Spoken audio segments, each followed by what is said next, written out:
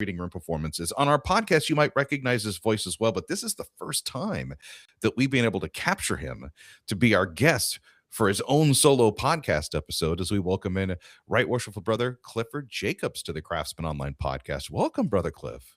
Well, thank you so much. Hello, everyone.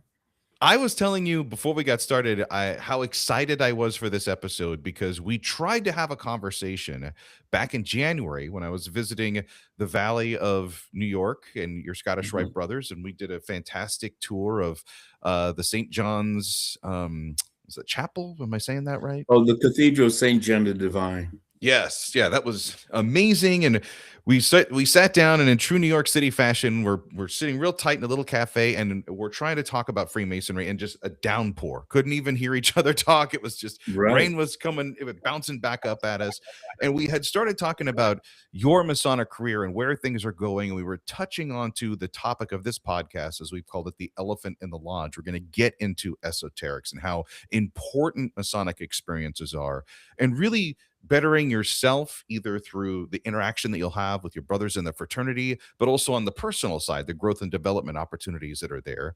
And Right. as I mentioned, this episode kind of a byproduct of our reading room, seeing you at the Valley in New York City, and you kind of being someone who's been established in our Grand Lodge as being a brother who's wise when it comes to esoteric and Masonic education. But that's where Well, you are now at this point in your career. Let's get to the very beginning when just, a young Cliff Jacobs was going up to a door of a lodge and given those knocks. And what was it like? really, that's exactly what happened. When my father, he wasn't a Mason, but he passed in 1984, and he was the neighborhood scoutmaster for well over 20 years. He served in World War II in the Pacific. And we found a recording where he had been interviewed on the radio, and he said that he found a greater sense of democracy in the Boy Scouts than he could find anywhere else in American life. And I went, I like that. I like that very much. So his death was very devastating to me. And I started reading over the next 4 years, from 84 to 88, a lot of books on spirituality. I read a great number of things. I'm going to back up just a little bit. When I was in high school, I graduated in 1973.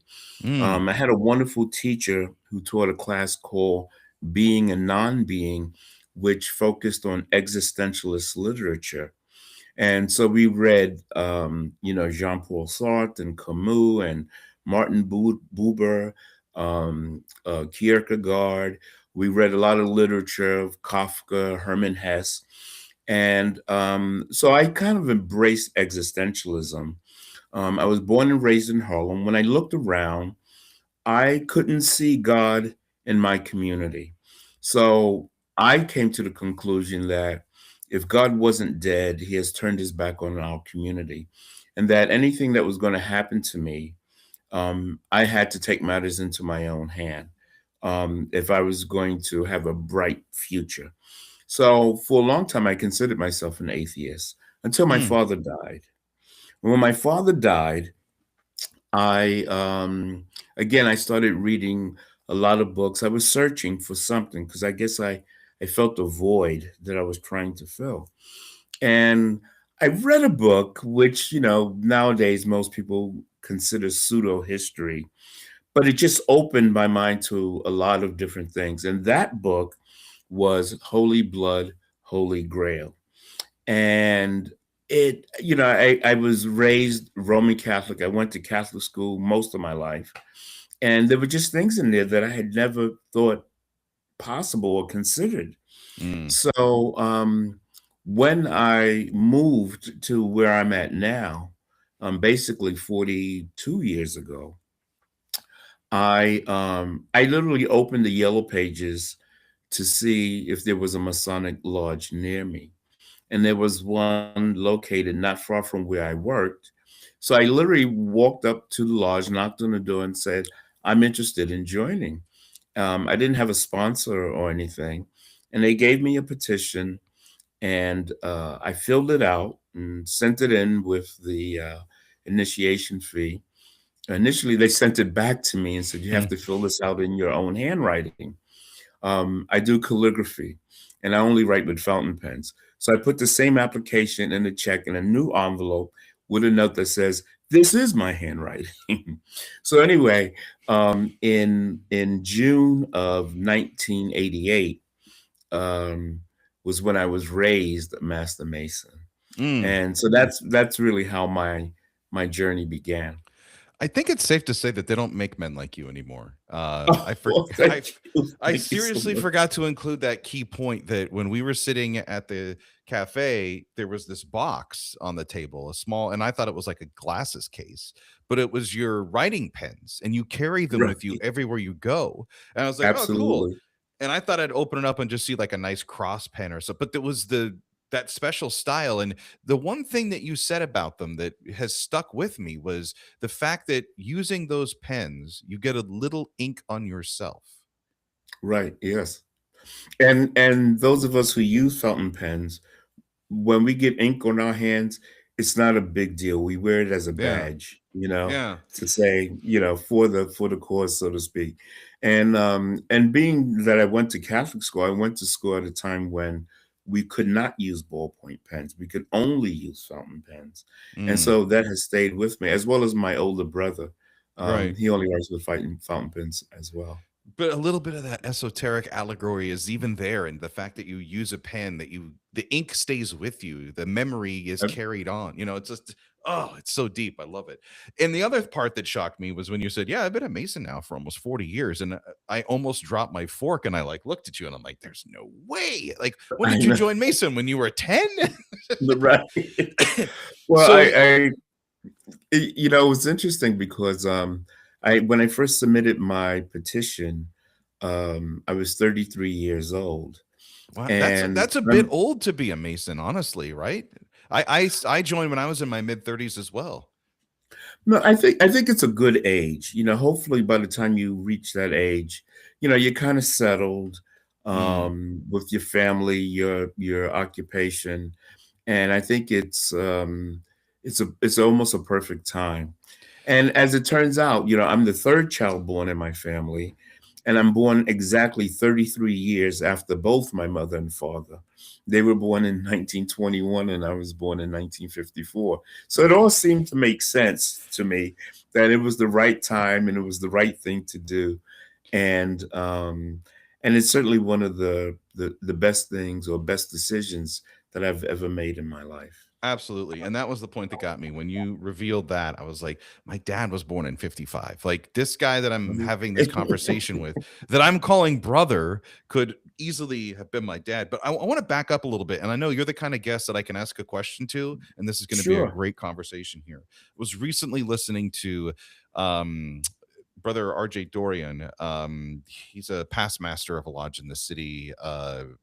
Trying to remember his actual real name. MJ Dorian is his podcast name, but and he does the intro for us on our podcast, and I'm struggling. Mikos, no, Milos Jeziorski. He's the past master of Angel Millar's lodge in the city, Oh, okay. and I on know his Angel. podcast that he does is like a art focused podcast. He's been talking a lot about the Red Book with Carl Jung, and one of the Mhm. ideas that he shared was this thought that Jung had, that men at the age of 35, that's a big age turning point for them, where they realize that it's not a midlife crisis, so to speak, but it's the first point where you realize you're getting older, that you're no longer a young person. And when you said Right. that you joined the craft at 33, I think I joined around, I would say 33 to 35. I Mhm. was seeking something different at 33, 35 than I would have if I could have joined now, which the youngest age to join in our Grand Lodge is you can be 18 to become a Master Mason. Right. What was Well, going through your mind at that point? Who was that Cliff? What were you seeking? I don't know what I was seeking. Again, it came as a reaction to the death of my father, and I Mm, felt a void, and I wanted to fill that void. And while I haven't read Young's Red Book, I would quote.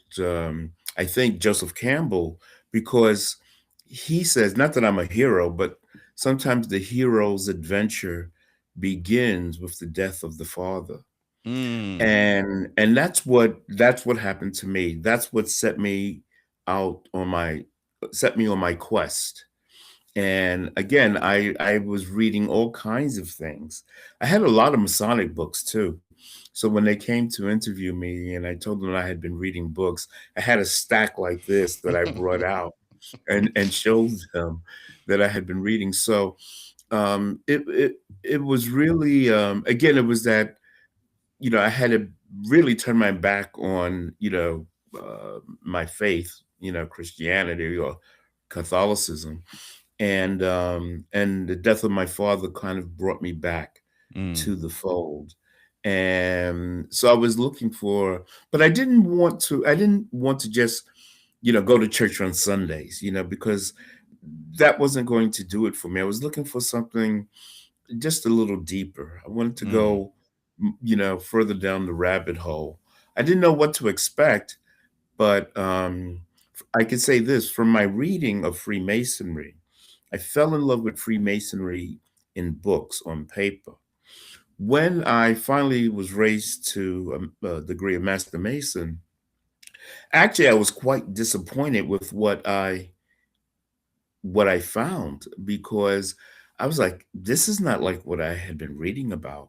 mm, My mother lodge, there always seemed to be infighting and bickering, and it was a real turnoff. And I was very close to um, maybe walking away from the craft.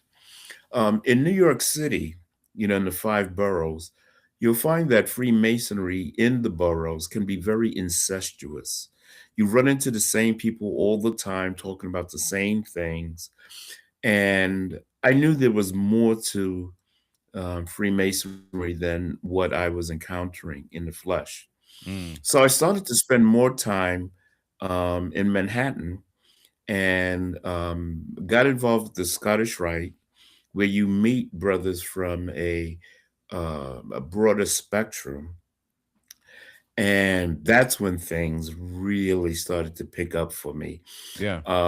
Brothers would ask me, well, what are you reading? Have you ever heard of, say the Martinists or the Golden Dawn, and things just started bubbling up, and it was wonderful. Mm. And that's what I needed. I needed to get out of Queens and get to a place where I can meet brothers from a broader spectrum. So it's cool. We touched base really early in this new year. When I made the trip to New York City, I was speaking at another brother's lodge and was really moved with that. And then he's like, "Hey, do you want to do this kind of a field trip I'm doing with my Scottish Rite Valley?" And I was like, "Sure." And at the time, I wasn't the best Scottish Rite Mason. I had kind of paused my membership for a while, and I got back Mhm. in. I'm like, "This is what I kind of missed about it." To that point that you touched on, is that it amazes me. What is it, like 11 million people now live in New York City? How many is it? It's got to be I think it still hovers around 9.5, okay. actually. Even Mhm. better. Well, easier math. But when you touched on the whole point, like it doesn't matter if you live in New York City, it doesn't matter if you live in the Albany area or anywhere, across our grand jurisdiction or even around our country, man. Like the fact of the matter is this is that Freemasonry, while it might be right for every person, every man, it Right, isn't. Not every man seeks it, right? And so it's special right, because there's this group of us that get into it. And one of the things that we started talking about, and then our guest this year to kind of kick off season 6 of the Craftsman Online podcast was Worshipful Brother Bull Garlington. And he and I had an episode right, on Mesoterica, where he had written a paper and he had also kind of mainly shared some of the grievances and issues that I share with him as well on brothers who claim to be esoteric or have esoteric ideas, but then fail to really connect or share them with others. They just kind of hold on to them and they don't want to share the knowledge. And I wanted to get to that point with you because you were one of the first people to reach out, and we had a little email conversation back and forth about the importance of esoteric education and Freemasonry. And you just touched on it. When we have brothers that come into the craft like myself that may not have benefited from the educational background that you had, which was reading all of these diverse and important, in some cases, ancient thinkers, and they come in, what is it like when you're talking to this new younger generation of, I think you mentioned, oh, you called it existentialism or esoteric, I can't remember. Existentialism. Exos, when you how do you identify this individual, and then how do you kind of build that bridge to start connecting and having conversations with them? That's an interesting question.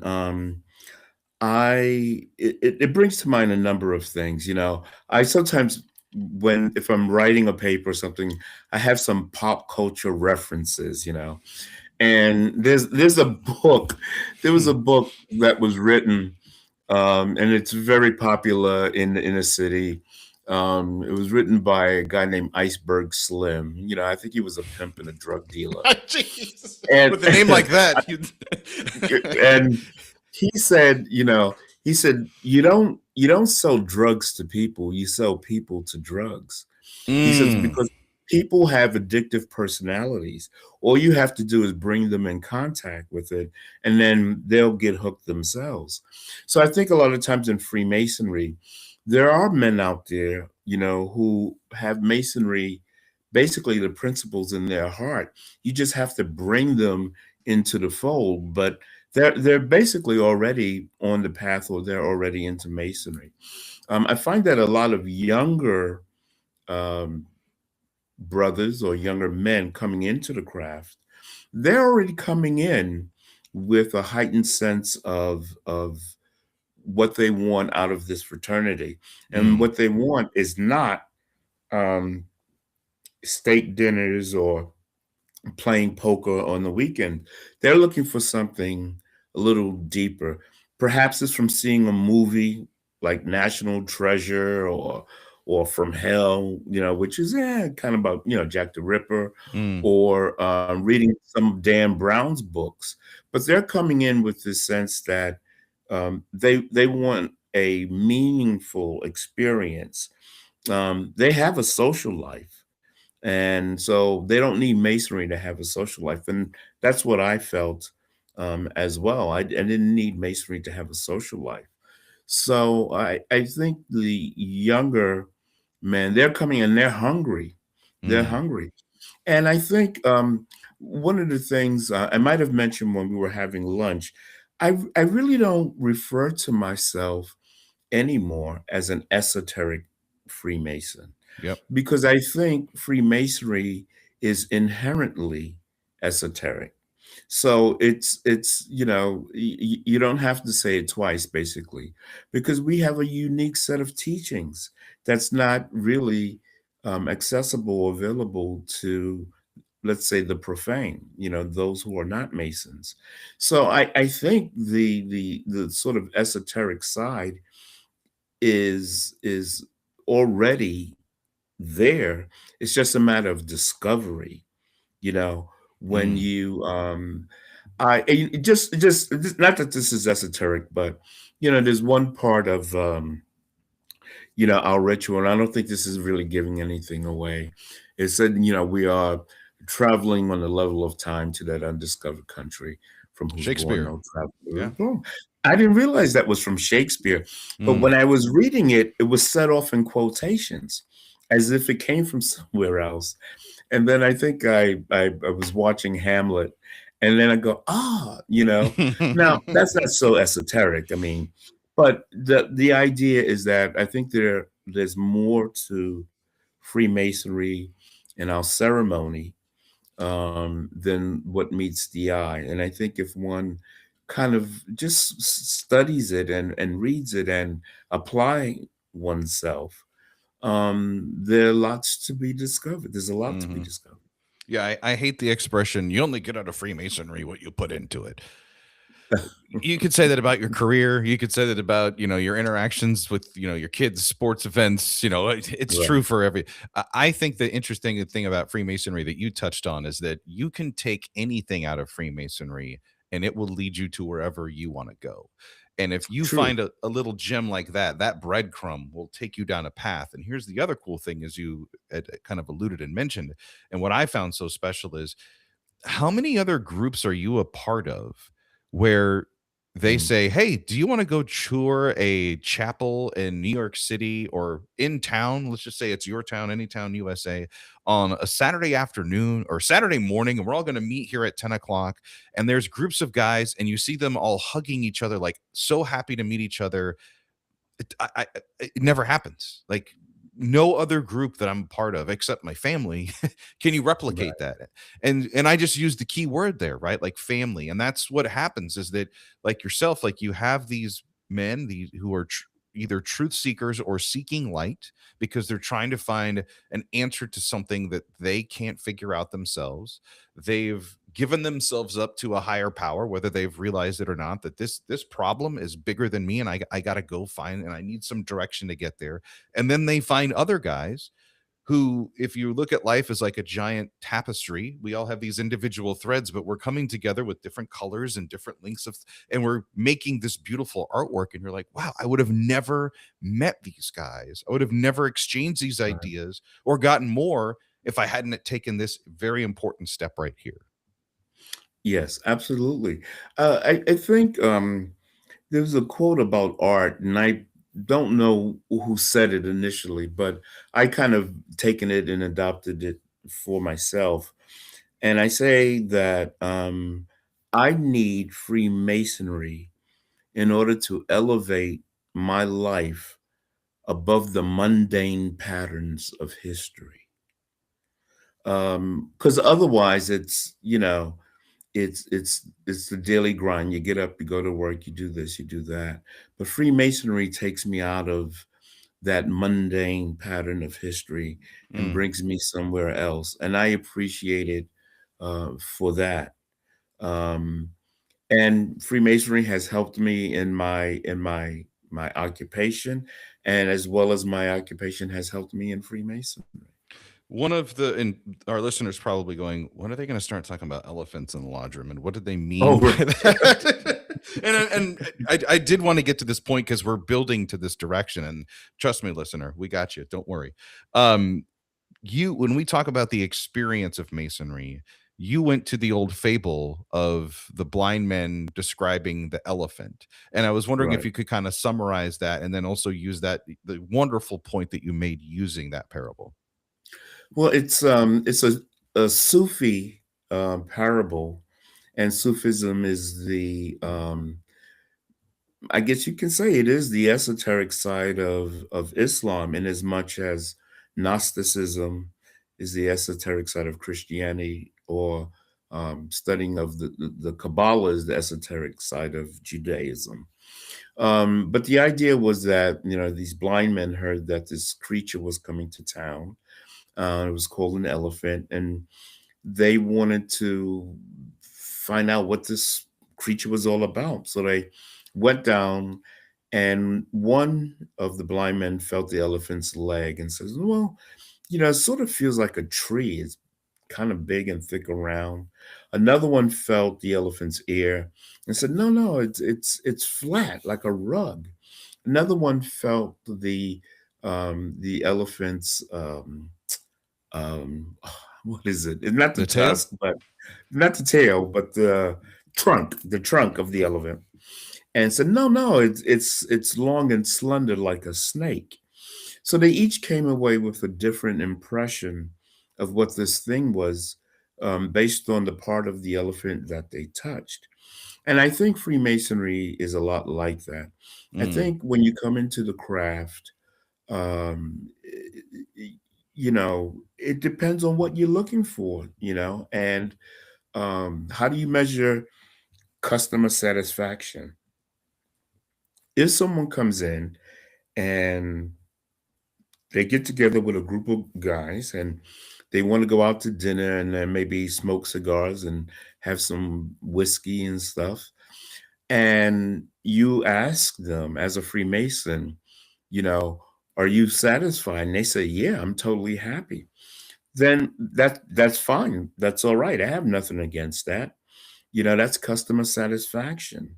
If you find that another brother, um, that becoming a Freemason leads him to other groups and orders, along, for lack of a better term, a metaphysical path, and you ask him, are you satisfied? And they say, yeah, I'm very happy. So I think for each of us, like the Mm. blind men, we're going to come away with a different feeling, a different impression. Um, and it's all right, it's all correct, based on the individual, because there's no one who can speak for Freemasonry as a whole. It's a highly individual experience. And so that's why I say Freemasonry is like that elephant. And those of us who remember, we're like the blind men. We each touch a different part, and we come away with a different experience, a different feeling, that keeps us going in this wonderful fraternity. Can I offer an idea on that? Sure. Because while you were talking about it, and I've had a few weeks to go over the email, and just that parable was with me, I was like, I wonder where he's going to go with this. Because I went to this place where I was like, we are the blind men. Yes, to your point, exactly. We are the blind men when it first comes in, and Freemasonry is the elephant. We're trying to figure out what it is, and it's different things to different people at certain points. And I got to ask you, this is a master Mason now for almost 40 years. If this is a little bit true, that we become the elephant, the older Mason, the more experienced Mason, when you get past the chasing of the aprons or the titles, or as you mentioned, like the whiskey smoke cigar nights and the fancy plate dinners, to where you become what Freemasonry is. And now you're trying to help these new blind people through this experience so they can get the most out of it. I like that idea. I guess, yeah, we in that the elephant perhaps also represents a certain type of wisdom, perhaps. Mm, And yes, as we become that elephant, um, we put aside, I guess, chasing aprons. Not that I think that should be one of our goals anyway. But I think we do. I call myself the tour guide. If I know anything, it's because I've had very good teachers along the path who've opened doors for me and who have helped me. I'm not the guru, I'm not the person sitting on the mountain that mm, can provide answers for everyone. But I call myself the tour guide. So I meet a young Mason and I engage them in conversation. And I said, well, what are your interests? What are you interested in? Because then I say, okay, well, over here, you can find this particular group if that's what you're interested in. Or if you want to study, let's say tarot, well, perhaps Boda, Builders of the Addendum, that was founded by Paul Foster Case, because that's what they specialize in. And mm. if you want to know where they meet over here on Saturdays. Maybe you should look into that. So I just try to direct the young brothers in a direction that will fulfill whatever it is that they're looking for. Or I might Gotcha. suggest a book. I'll recommend a book and say, well, look at this and see if this works for you. So I consider, because I didn't have a tour guide, I had to do all the work myself. I had to read and look and study and ask questions and um, all kinds of things. And I mean, I one time I was working with a Rosicrucian Templar group that Mm. used to meet in British Columbia. So I used to go up to British Columbia 4 times a year for a Wow. meeting. I would take a plane up there and Mm. spend the weekend up there, and so I had to do a lot of work on my own until I met some brothers who served as a tour guide for me as well. Let's talk about that. It's interesting. I found myself, I haven't been a Mason for 37 years. For me, it's more around 10, but I have seen in myself, and especially the reflection I see in the mirror every day. I'm no longer the youngest Mason in my lodge. It Mhm. depends on where I go. But for the most part, I'm now falling into the quote unquote older guys, not just because of Right. my physical human age, but also my Masonic age. Um, and it was something that no man likes to hear the idea of that they're aging and getting old. I don't care who you are. There's a little vanity that comes into play there. But to your point, when it comes to sharing the knowledge, I also get it, because those of us that didn't have and I don't want to use the word good teachers, but strong teachers, or a mentorship system, a way for us to scaffold and find our way, right? We had to go find the information on our own. And instead of holding it in and just like being a crab and like, putting it in a secret vault inside of our mind somewhere, no, most of us that have this are looking for that right person, because we know how special it is not to give them the answers to the test, but to give them the inspiration with what we've learned, so that they can build on that and come back with something new for us, and that we are still a seeker ourselves. Do you find yourself in that role still? Oh, absolutely. I'm the perennial student. I'm always learning. And then there's the old adage that when the student is ready, the teacher will appear, which I, Mm, I like very much. And I think if when a young Mason approaches me, and if they're at the point where they can formulate the question, then they deserve an answer. That means that they've given it some thought and they have these questions. So when you get to that point, yes, you deserve an answer, because you're mm, onto something.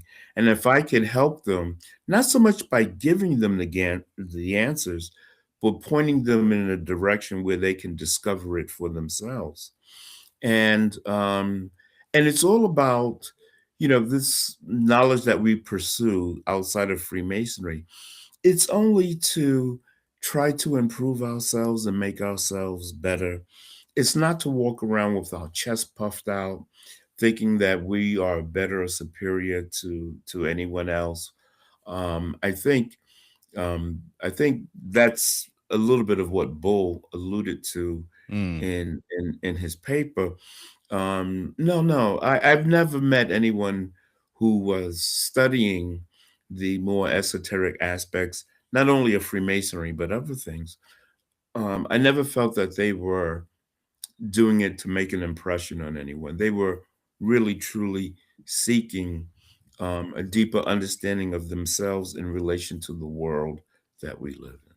I want to talk about balance a little bit, because it's something that is concerning to me. And we haven't talked about like one of the pressing issues ever, you and I, about masonry. And that's what I love when I have conversations with you. But I see the ideas that you share as a possible bridge. Because one of the things that concerns me, and we share the same title, we were both appointed to Right Worshipful. There's that wonderful part in our degree where we're told that there's no title higher than brother, and no greater apron than the white apron of a master mason. But you do see the newer guys that come in, and they may have these bigger, larger than life questions, but then they're kind of pushed into leadership roles. And I'm not using this as a negative context, because we need them to serve in the lodge, because we have a membership issue right now. Our numbers are Right. small. So if you have an engaged brother, you're like, oh, by the way, we can tell you or teach you this, but we need you to do this for the lodge. And that's when I want to talk to you about balance, because we both share this special title. People come to us and ask for us. As I tell my wife, well, yes, I'm a right worshipful because I'm always right. That only applies at lodge sometimes. Um, but how do you work with a newly obligated or even newly raised brother to provide them that balance of Masonic leadership opportunity, but also the Masonic education that they need, so they can kind of become, as Angel Millar writes about, like the warrior mystic, the have that artist side, but also the strength side. That's a very interesting question. For my part, every time I got a leadership position, I took it on with some dread. I was like, oh, I'm I love I it. listen, It's I'm serious. I wasn't that big on becoming master of my lodge, mm, because I was interested in the Scottish Rite and I wanted to do work there. But in my lodge, I think the junior warden left and the master broke his leg, so they asked me to come back. So mm, I I take on these positions with a certain amount of dread, but I've always managed to pursue my other interests at the same time. And I'm very careful about what kind of leadership role that I take on. I mean, the thing with Freemasonry, we have a huge infrastructure Mm-hmm. that has to be supported. You know, we have real estate. We need financial, financial people. We need trustees. We need folks to look over our real properties and things like that, and to um, take on those leadership roles within the craft. I understand that. I've y- have been saying lately that, at the building of King Solomon's temple, the workers who erected the structure were not necessarily invited into the sanctum sanctorum to say their prayers. So I realized that this organization has to have both. And as an individual, I've been very measured. I mean, I'm a right worshipful, but I'm a deputy's rep. So that didn't put a lot of pressure on me. It didn't take me away from some of my other pursuits. Would have wanted to be a DD? No, I actually avoided that. I didn't want to become a district deputy or even a staff officer. In the Scottish Rite, I've taken on more responsibilities. It's comprised of four bodies, and I've been head of three of them. I've been a deputy's representative, and that's because my good buddy, illustrious Stephen Stephanakos, he usually calls me up, and he says, "Cliff, are you interested in doing?" And I can't say no to him. So whenever he calls me up, whatever he's going to ask me to do, I just say yes automatically, and um, and it's okay. It doesn't cause me any duress or anything. But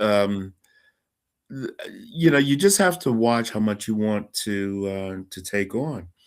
Just being a district deputy, if you're a district deputy in Brooklyn or Queens or one of the other boroughs, you got a lot of traveling around, to do. Whereas Mm-hmm. if you're a district deputy in Manhattan, most likely all your lodges meet on 23rd Street. So all your DD visits are going to be in one spot. Convenient. If you Yeah. It's very convenient. If you're in the outer boroughs, you got to travel around quite a bit. Um, I just never I was never interested in doing that, and just focused on the things that I wanted to do. Yeah. And I've spent. I mean, I'm in all the bodies of the York Rite, some of the invitational bodies as well, but I spend a lot of my time in Scottish Rite because that's my home. Mm. That's what spoke to me even before I took my first degree, and I Yeah. always knew that that's where I wanted to be.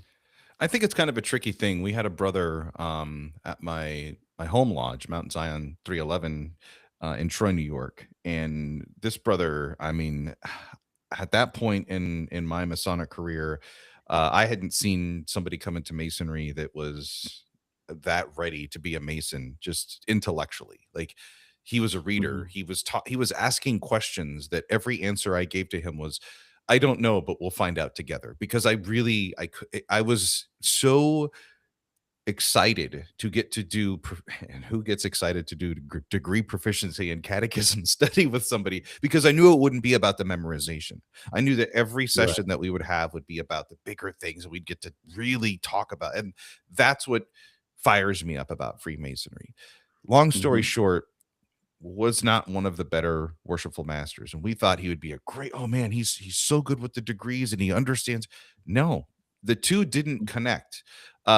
He, yes, was a good leader, but that really wasn't what he was seeking. And I often wonder if sometimes when we have these great thinkers, if we're doing them a disservice. And I think the answer is yes to some point, of almost, I don't want to say forcing them or even pushing them, but really channeling them to into a leadership role that's not really seeking the, I think we have to have an honest conversation with ourselves and with them. Is this really the thing that's going to enrich them and help them become a better man? And if the answer is honestly no, why are we pushing them to it? Yeah, that's important. I know a brother who joined the lodge, and I think within 2 or 3 years he was the master. Yeah, And I that's too think soon, man. that's too soon if you ask me. Mm, And but when I first joined Freemasonry in New York, we had, oh my goodness, I think we had at least 150,000 Masons in the state, if not a little more. And then I think we lost about 30,000, like in a year or two, just mm, because of old age and death. And now we're down. I think we're less than 25,000 in the whole state. yeah. So there's this pressure, to keep the organization going by pushing folks into leadership positions, because without that, the infrastructure may crumble, and that Mm, infrastructure, we need to hold that up. I get that. How you resolve it in a way that works for everyone, I'm not sure what the answer to that is. mm, Um, but we have to, we have to do a better job, I guess, in bringing candidates in. We're not supposed to ask straight out, but we can give someone a nudge and say, hey, maybe you might be interested in this. At the time I joined, the Grand Master at that time, Bob Singer, he was an advertising guy from Madison Avenue, and he was Grand Master, just completing his time, but he took out full page ads in the New York Times, mm, and about Freemasonry. And what I started doing, because I work in television, I produced 25 half-hour episodes on Freemasonry. hmm. And he supported me in that 100%. Some say, I'm told that it was the first cable television program on Freemasonry anywhere.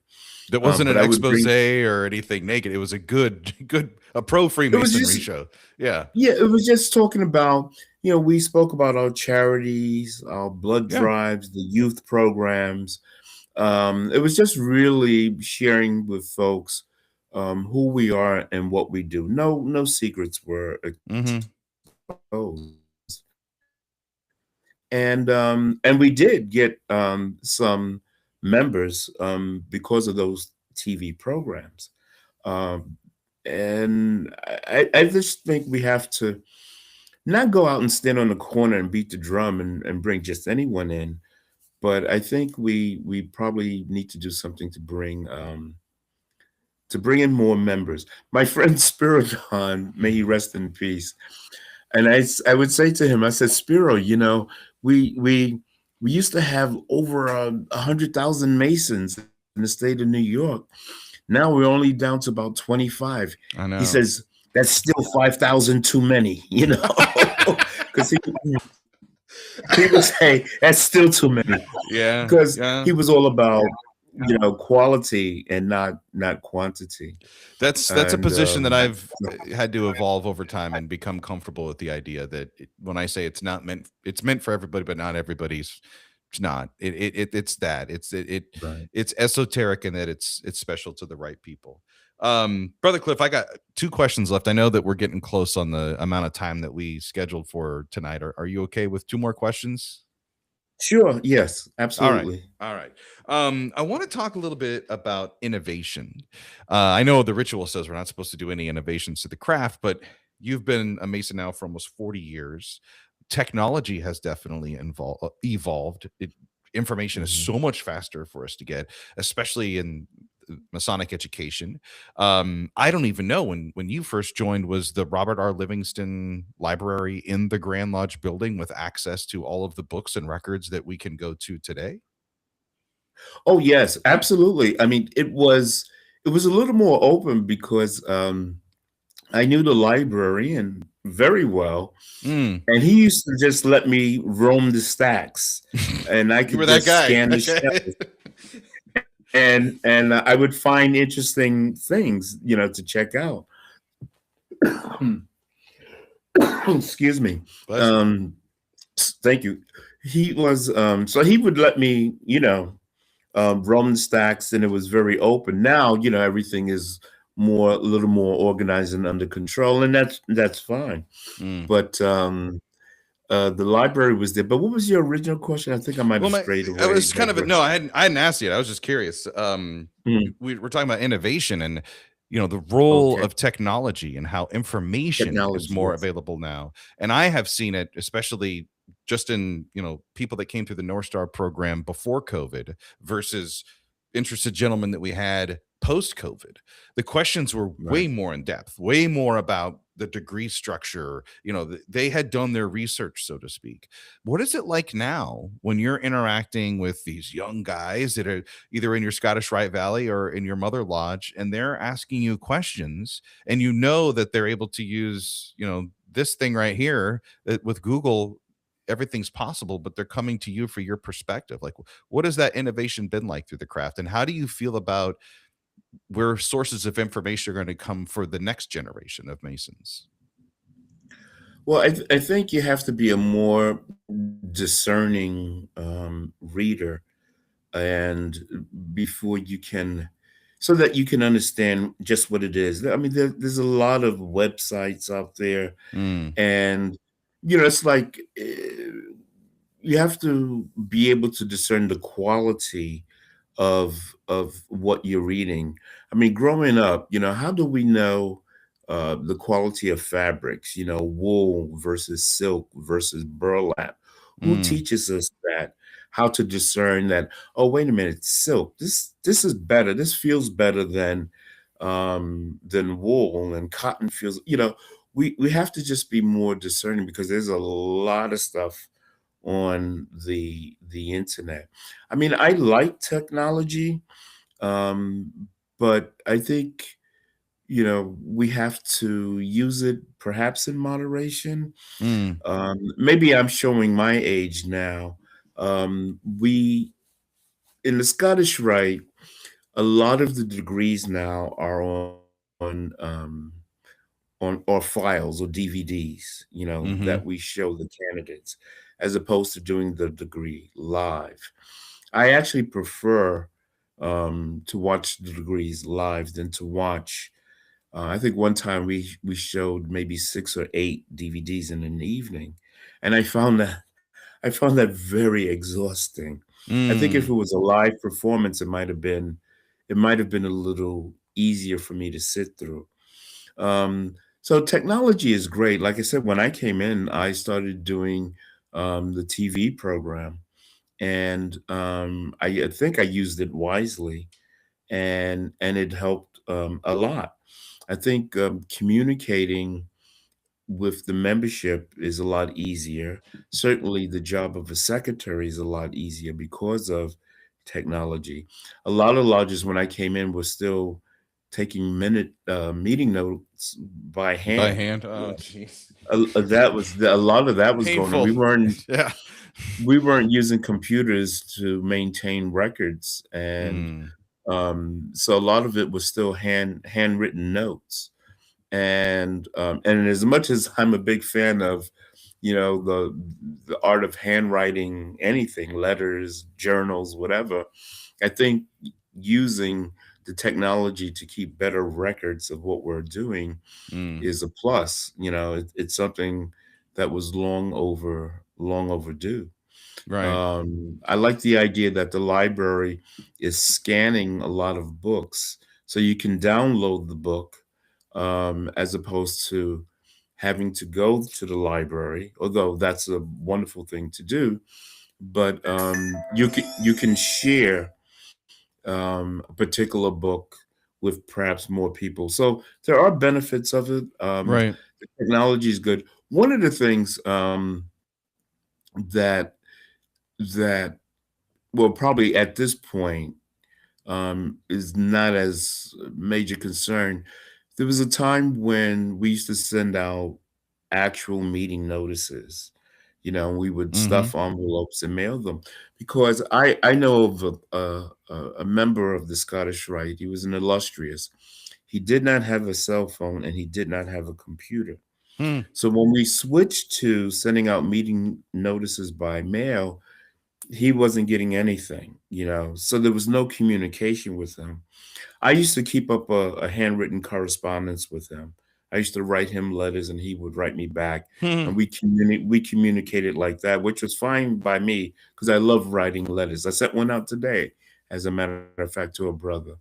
Um, so sometimes the older members who may not be tech savvy, they might get left out, out of the loop, because we've switched to this new form of communicating, and they haven't really bought into it.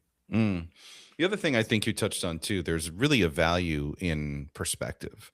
I mean, you can scan all of those books that you mentioned in our podcast episode, and I couldn't even, I don't, can't even recall any of the authors because they were way above what was expected of me in high school and even college. But sure, I could read all those books. I could read all the books in the world, but I don't have anybody to bounce the idea back from. And I think that's, to your point, like that's why I think so many of our brothers are drawn to you as our elephant in the lodge, because we want to come to you for that wisdom. And that's, kind of back to that point that I had made earlier. It's the when you say there's a little bit of ego where you're like, I don't want to be seen as the old wise man, but then there's also that other part where you're like, wow, they are looking to me for some guidance. And now I really got to do some reflection before I start sharing this advice with people, because what I tell somebody, how I feel about something, what I think about something, that could impact future actions that they make in their life. Absolutely. I know of some young Masons who, at least they were young some years ago when they first approached me, and they would pick my brain, for hours, but go to the pub and they'll just ask Mm, me a million questions. But now I see the same thing happening to them, where the younger men are coming up to them and asking them, the same questions that they used to ask me. And there are brothers. I mean, like, I'll give a shout out to Right Worshipful and illustrious Michael LaRocco, the librarian. mhm. I love Michael dearly, and sometimes when I'm in the city and I know he's there, I just stop by just to sit down and talk with him, because it's always going to be an engaging conversation.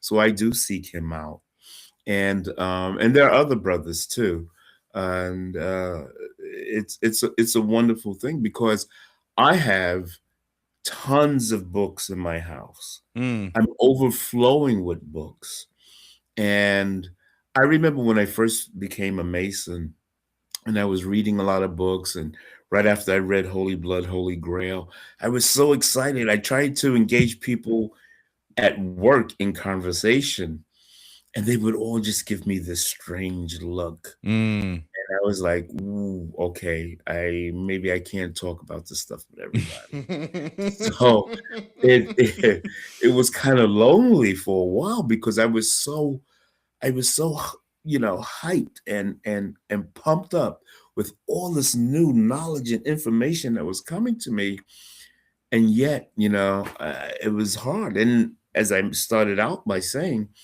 in my lodge in Queens at the time, it was all about having a ladies' night where someone Mhm. was going to teach us flower arranging. Mm. We had another Masonic evening where we had a fire marshal come talk to us about fire safety in the home. I was like, "What? This is this is this is not what I signed up for. Fire safety in the home and flower arranging." I mean, they meant well, but that's just was not what I signed on for. So the path of wisdom, the path of knowledge, can sometimes be a very lonely one.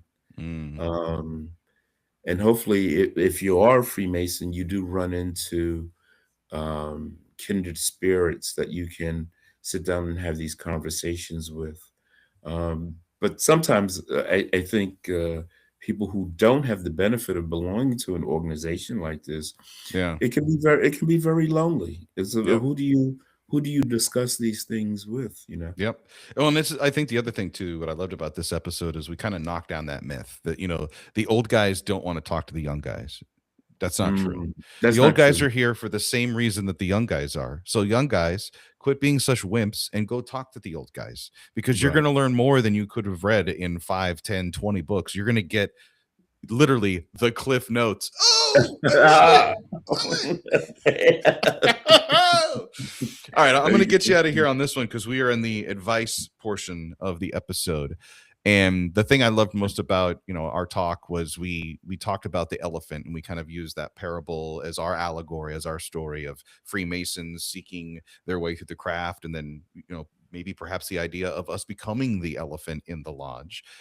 For the Mhm. brother who is in that blind to trying to find out what part of the elephant they're touching and where it's going, what is the advice that you would give them if they're just touching the trunk of the elephant? What else is out there for them to find in the fraternity? Just, if you can, touch the rest of the elephant, don't stand in one spot. Mm. If you're feeling the trunk, then move around and see if you can feel anything else, like the tusk or the elephant's ear. Just keep searching and looking. I don't like when some brothers, older brothers, and they'll stand up in front of a lodge and say, there's no secrets in Freemasonry. But, there are a lot of Masonic organizations where you have to be a Mason to join, that a lot of members don't even know exist. They don't even know that they exist. Plus some other organizations that are not necessarily Masonic, but it has some kind of connection to Freemasonry. So don't let anyone tell you that there are no secrets in Freemasonry. Freemasonry has a lot of secrets if you're willing to discover them. So my advice is keep searching, keep looking, keep digging, keep asking questions, and and travel. Try to go to try to visit other lodges, meet other brothers who might be interested in other things. I like to think of myself as a completist. If I'm going to study Alfred Hitchcock, I'm gonna watch every movie he ever made, which Mm. I did when I was in college because I took a whole semester on Alfred Hitchcock. If I'm gonna, talk about Martin Scorsese, I want to see every Martin Scorsese movie. If you're a Freemason, join everything. Join the Royal Lodge. Join Cryptic. Become a Knight Templar. Do the Scottish Rite, and and some of the other things. Because one day you might get a letter in the mail that says, "Hey, um, put on a tuxedo and come meet us Saturday morning at 10 o'clock down Mm. at Grand Lodge," and that's all it'll say. And you might be invited to join something that you didn't even know existed. Love it. That's so good. And quick point, we're not saying join it all on the same day, but No, it's no, there not for you. not all in the same day, right? Yeah. That's like someone said in Scotland, it's like eating, breakfast, lunch, and dinner all at one time. You Mm. you you don't want to do that. Gotcha. Just space it out a little bit and don't bite off more than you can chew, basically. This is one of those episodes I cannot wait for people to listen to. It meant so much for me for you to accept this invitation, and this time I super value it with us together. I look forward to hearing your voice and your thoughts on our next reading room Thank you whenever so much. that comes back. But yeah, until then, Right Worshipful Brother Clifford Jacobs, thank you so much for your time on this episode of the Craftsman Online Podcast. And it's been a pleasure, and I thank you for the invitation. I didn't think I had anything to say, but I guess I do. Maybe.